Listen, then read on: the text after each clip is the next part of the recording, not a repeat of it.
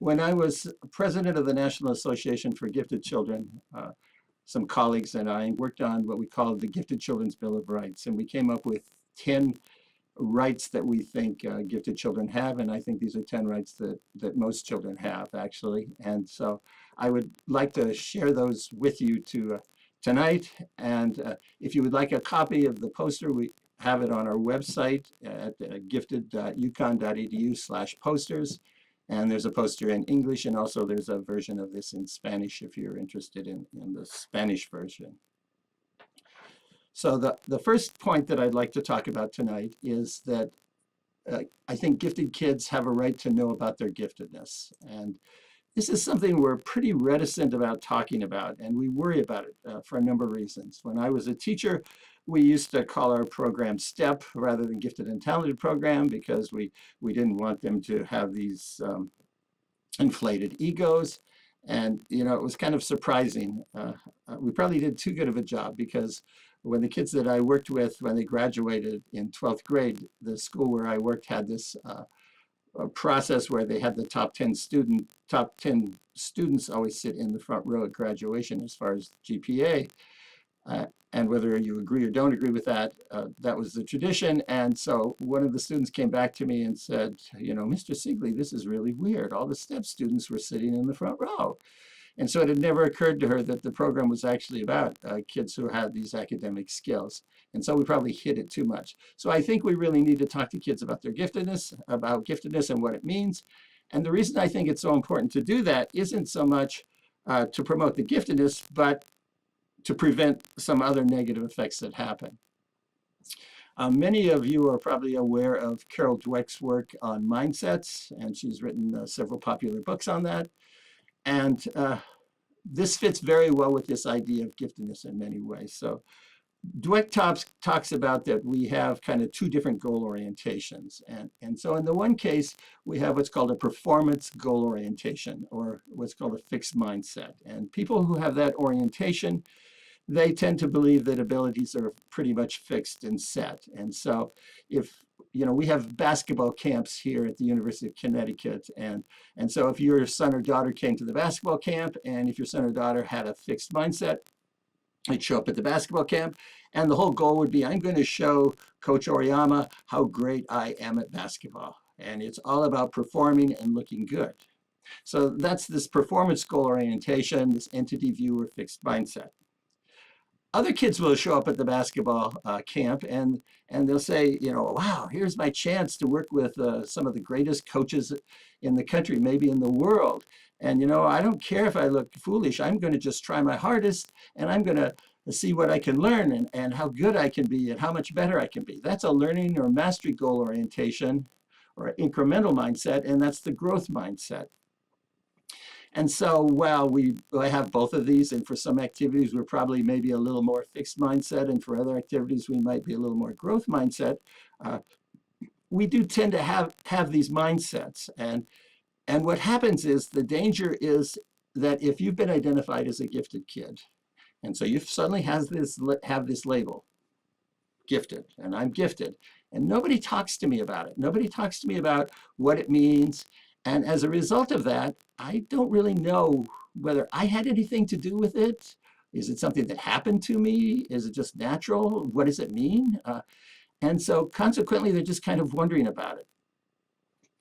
And if that individual also happens to have this fixed mindset that they think certain abilities are set and that's the way it is, and if they think they're gifted is something that's just set and that's the way it is, when a difficult task comes and the kid isn't sure whether he can do it or whether she can do it or not, she'll balk, because what happens is a kid who's been told he's gifted or she's gifted, and if that kid happens to have this fixed mindset and they believe the gifted is just something that's fixed and happened to them and they didn't have anything to do with it, when a difficult task comes and if they try and if they're not successful, what does that mean? It probably means they're not gifted. And so consequently, what we have is for children who are identified as gifted, who have this fixed mindset, every challenging task is a test of their giftedness. And that is a horrible way to live. And so for many of them, they just shut down and they don't try, they procrastinate. And the reason for that is they don't want to lose their giftedness because they like this gifted label. So we need to talk to kids about their giftedness. And we need to talk about how it's about talent development and how you become better. And I'll talk more about that as we go through this evening. The second point that ties into that is that I believe every child has a right to learn something new every day. And I also believe that that ought to be enjoyable. And so they should enjoy it. And unfortunately, for many kids in this country, they're not necessarily challenged and they're not necessarily given opportunities to learn something new every day. This is a graph of some data that my wife, Betsy McCoach, and I had analyzed. And what the federal government did is they gave kids coming into kindergarten a reading test, and then they classified those from kids who didn't know the letters of the alphabet or didn't know anything about reading all the way up to fluent readers. And so at 0, that's a student who doesn't know the alphabet, really is unfamiliar with reading, and 5, that's a fluent reader. And this shows how much growth occurred in kindergarten.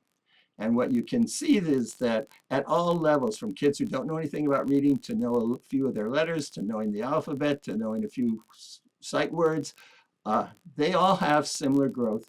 But kids who come into kindergarten fluently reading, they don't have as much growth at all. And so they're sacrificing this right to learn. And this can really be a travesty. So I'd like to briefly share a story about my daughter. When she was about 1.5 and just learning to talk, my wife was driving in the car down the street, and I was in the back seat with her next to her car seat. And we pulled up to a stop sign, and she's just learning to speak, and she yelled out, "Stop!" And so we think that's kind of cool, and we didn't know if she realized the car was stopping or if she recognized the stop sign. And so when we arrived at the grocery store, there was a sign at the grocery store that said bus stop. And so I said to my wife, well, I wonder if she'll recognize the word stop if it's not in a red octagon. So I held her up and I said, "Jessie, what does that say?" And she said, "Bus." And I just about dropped her because here she is, 1.5, she's just learning to talk. And I'd never shown her the word bus. I turned to my wife, she hadn't shown her the word bus. How does she know the word bus? And so we're really baffled. We're trying to figure this out, and we're home, and we're doing one of her favorite activities, which is watching baby signing language videos. And we had bought these videos, and in theory, it allows you to communicate with your child earlier through sign language. And so as we're watching it, lo and behold, they teach the sign for bus. And when they teach the sign for bus, they write the word bus and print it in the upper right-hand corner of the screen. And I went, that's where she got bus. And in fact, stop was one of the words also. And what we discovered is that the 20 or 30 signs that she had learned, she had memorized each of those words as well. She didn't know the alphabet. She memorized the shapes of the words. And so if we would print out a word and if she would repeat it, she could read it from then on. So she had this uncanny ability to memorize shapes of words and knew they were words. She had figured out they were words. And so at 1.5 this started. So by the time she was 3, she was an excellent reader because she learned the alphabet and actually did learn to decode.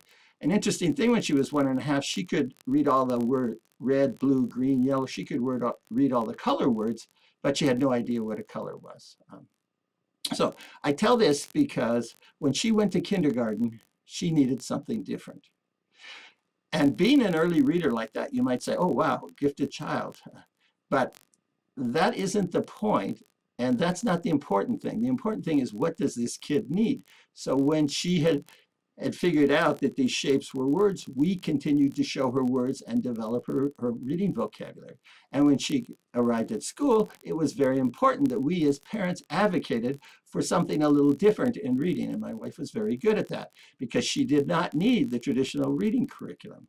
Now, as 8th grade, she's reading just like everybody else. And so this isn't any special talent that she was able to read at an early age. And so the point is that when we have these kids who have these early skills and these special skills, it's really cool, and we should encourage them and develop them. But the real issue comes for us as parents when they arrive at school, because at that point, we really have to become advocates and help the school understand that our child needs maybe something a little different. And it has nothing to do with a label of gifted or not being gifted. It has to do with this skill that our son or daughter happens to have.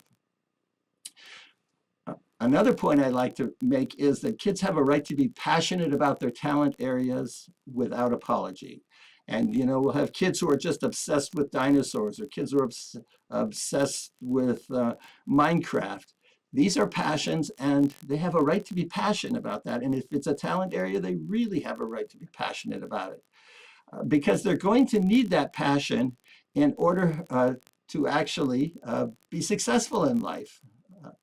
This is a chart from some work that Rena Subotnik and Frank Worrell and Paula Shevsky-Kabilius have done. And it shows that basically there are certain times when certain skills need to be started. So if you're going to become a violinist, you need to start violin lessons very early in childhood. But for someone who's going to become a flautist, or plays the flute, a flutist, or however we pronounce that, you can start much later. And so if you're a boy soprano, it's all over by early adolescence. However, if you're going to be an opera singer, you might be able to start much later.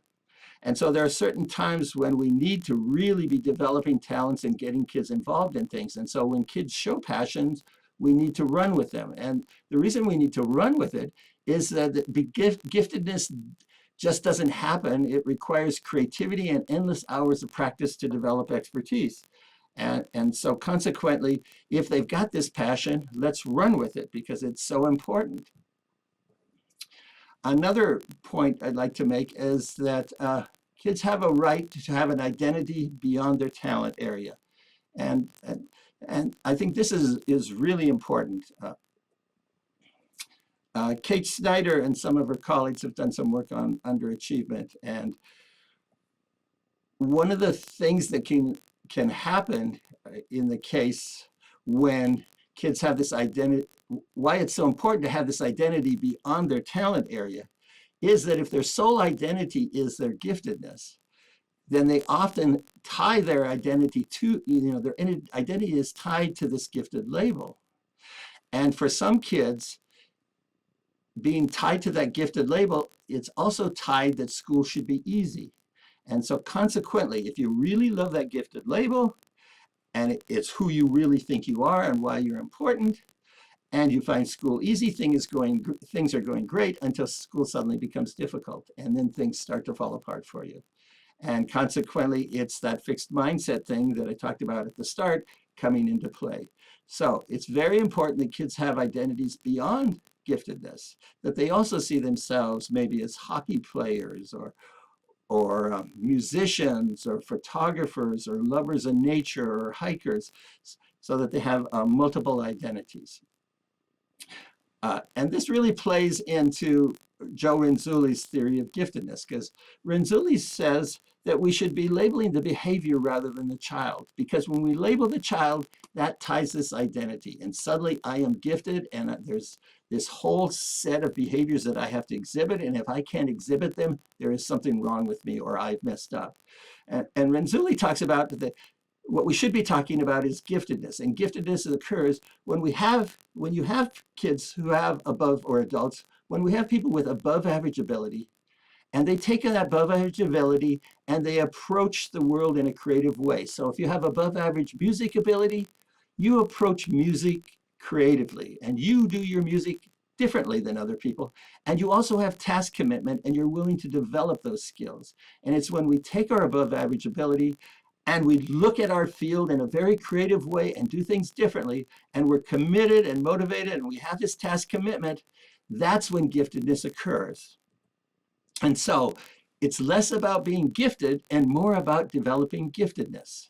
And so if kids understand that, if they have some above average abilities, let's work on developing giftedness with those. Let's not instead just call you gifted because of that. Another point I'd like to make is that kids have a right to feel good about their accomplishments. So when kids do things earlier or they do things at a very high level, there's nothing wrong with being proud of it and recognizing it. We do it in athletics all the time. And so if you're very good in mathematics, there's nothing wrong with being proud of your mathematical skills and what you can do. Uh, and having a sense of pride in one's accomplishments is actually healthy, as long as it does not belittle the efforts and accomplishments of others. I often tell my kids that you can really be proud of things that you had something to do with. So if you've worked really hard and you've done well in math, you can be proud of that. But there's no reason to be ashamed or proud of something that you didn't have anything to do with. And so your height, for example, if you're tall, it had nothing to do with you. So there would be no reason to feel extra proud because you're tall. And if you happen to be shorter than average height, there's no reason not to be proud of being short, or there's no reason to be ashamed of being short because you had nothing to do with it. So you can have a sense of pride in these accomplishments that you've done, as long as you're not belittling the efforts and accomplishments of others. Another point I'd like to make is that it's okay to make mistakes. And this is a real big deal for bright kids often. One of my favorite things that I like to share is about Abraham Lincoln, and I apologize if you've already seen this, but Abraham Lincoln actually started out as a captain in the Black Hawk War, and by the end of the war, he was demoted to private. And most people in war, they actually do better. Lincoln has an interesting history. He failed in business in 1831. He was defeated for the legislature in 1832. He had a second failure in business in 1833. He suffered a nervous breakdown in 1836. He was defeated for the speaker in 1838. He was defeated for elector in 1840. He was defeated for Congress in 1848. Give up, fella. He was defeated for vice president in 1856. He was defeated for the Senate in 1858, and yet he keeps going. And he was elected president in 1860. So Lincoln is just a real inspiration. I love photography, and one of my favorite photographers is Ansel Adams. And when Ansel Adams would have new darkroom assistants come to work with him, they were often just surprised by all the common negatives Ansel had. They couldn't wait to get in and see the negatives because they just wanted to see what other treasures he had that hadn't been printed yet. And they were often surprised by how common many of Ansel's negatives were. And Ansel said something that was really interesting. He says, "The perfect is the enemy of the good." And so if I wait for the picture to be perfect, I wouldn't take any. So he often took many common pictures, and they contributed to him developing and being a photographer. So the lesson here really is that setbacks create opportunities. That's what we learned from Lincoln. Being defeated for Senate maybe made it possible for him to be president. The other important message is that waiting for something to be perfect results in missed opportunities. And that's what Ansel Adams believed. So he took those pictures that weren't perfect because that made it possible for him to have pictures that actually were beautiful works of art. And lastly, I'd like to share something that James Joyce said, which was, mistakes are the portals of discovery. So as parents, we need to model that making mistakes is a way that we become smarter, that we learn new things, and that there is nothing wrong with making mistakes. The next point I'd like to make is that it's okay for gifted kids and other kids to seek guidance in the development of their talents, because talent development doesn't just happen by accident. A famous educational psychologist, Benjamin Bloom, did a study of eminent people, and he was wondering how talent developed. So he looked at these famous athletes and research scientists, and what he discovered is that each of them had required 3 kinds of teachers or 3 kinds of coaches. And the very first teacher has to teach the individual to fall in love with the field. So the very first tennis coach needs to teach this kid to fall in love with playing tennis. But really talented tennis kids then quickly outgrow that one. And then they're ready for the second coach who teaches them all the skills of the disciplines. And so this is the one that teaches them about stance and holding the racket. And what Bloom discovered is that young people cannot tolerate the second coach if they haven't had the first. So if they have a coach who's very demanding about stance and how you hold the racket, unless they fall in love with playing tennis, that second coach isn't going to be effective. But ultimately then, as the talent development grows, the individual ultimately leads a third kind of coach that builds uniqueness into the way the kid plays tennis. So it's the person that can coach Andre Agassi and find out what's unique about Andre and how he can put that into his tennis game. And so your children need kind of three types of teachers in their lives. They need one that has them fall in love with a variety of disciplines. And once they fall in love with one of those disciplines, then they need someone who can give them the fine skills they need. And ultimately, they need someone who can really help them put their full being into whatever that discipline happens to be. Another point I'd like to make is that kids have rights to have multiple peer groups and a variety of friends. Sometimes gifted kids like hanging out with older kids. Sometimes gifted kids like hanging out with younger kids, and that's totally okay. It's totally okay to hang out with the math group and also hang out with the hockey team. And so we have to realize that kids have a lot of different friends, and it's totally okay to have those different friendship groups, and we need to also encourage that. Another point is that it's important that kids have a right to choose which talent area they wish to pursue.